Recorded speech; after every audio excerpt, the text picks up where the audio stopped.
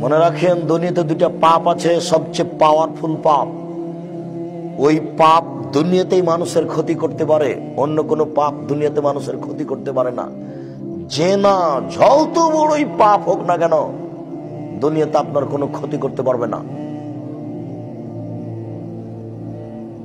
চুরি যত বড়ই পাপ হোক না কেন, দুনিয়াতে আপনার কোনো ক্ষতি করতে পারবে না। মাকে গালি দেওয়া যত বড়ই পাপ হোক না কেন, দুনিয়াতে আপনার কোনো ক্ষতি করতে পারবে না। কিন্তু দুনিয়াতে দুইটা পাপ আছে, যেই পাপ এত পাওয়ারফুল পাপ, সেই পাপ দুনিয়াতেই মানুষের ক্ষতি করতে পারে।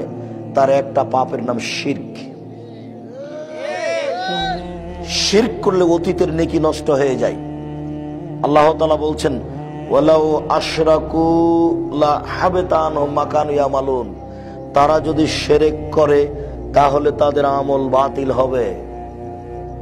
শুধু মানুষ নয়, আল্লাহ তাআলা আমাদের নবীকে বলছেন, লাইন আশরাকতা লা ইয়াহবাতান্না আমালুক। মুহাম্মদ, আপনিও যদি শিরক করেন তাহলে আপনার আমল বাতিল হবে।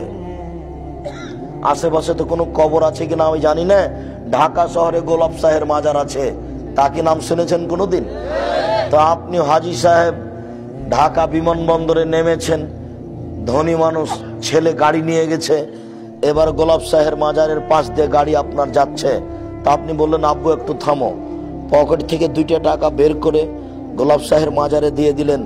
আপনার যদি একটা নেকি থাকে তাহলে ইসলাম ধর্ম মিথ্যা।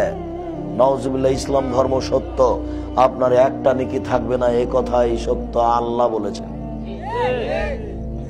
ধর্মকে এইভাবে মাপতে হবে, আপনার মতো মেপে হবে। মুহাম্মদ সাল্লাল্লাহু আলাইহি সাল্লাম বলেছেন, মান আওয়া মুহদাসান, কেউ যদি বিদআতকে আশ্রয় দেয়, কেউ যদি বিদআত করে, লা ইকবালু আনহু আদলু সারফ, তার ফরজ ইবাদত কবুল হবে না, তার নফল ইবাদত কবুল হবে না। বিদআত করলে ইবাদত কবুল হয় না। বিদআত করলে রাসূলকে অপমান করা হয়। বিদআত করলে সামনের দিককে ঠেকিয়ে দেওয়া হয়। বিদআত করলে রাসূলকে অপমান করা হয়। বিদআত করলে ইবাদত কবুল হয় না। শিরক করলে আল্লাহকে অপমান করা হয়। শিরক করলে অতীতের নেকি নষ্ট হয়ে যায়। শিরক করলে আল্লাহকে হেয় তুচ্ছ করা হয়। শিরক চলে পিছন দিকে, বিদআত চলে সামনের দিকে। শিরক চলে পিছন দিকে, বিদআত চলে সামনের দিকে। দুইটা দিয়ে দুইজন ব্যক্তির অপমান নিয়ে আসা হয়। শিরকে আল্লাহকে অপমান করা হয়, বিদআতে রাসূলকে অপমান করা হয়।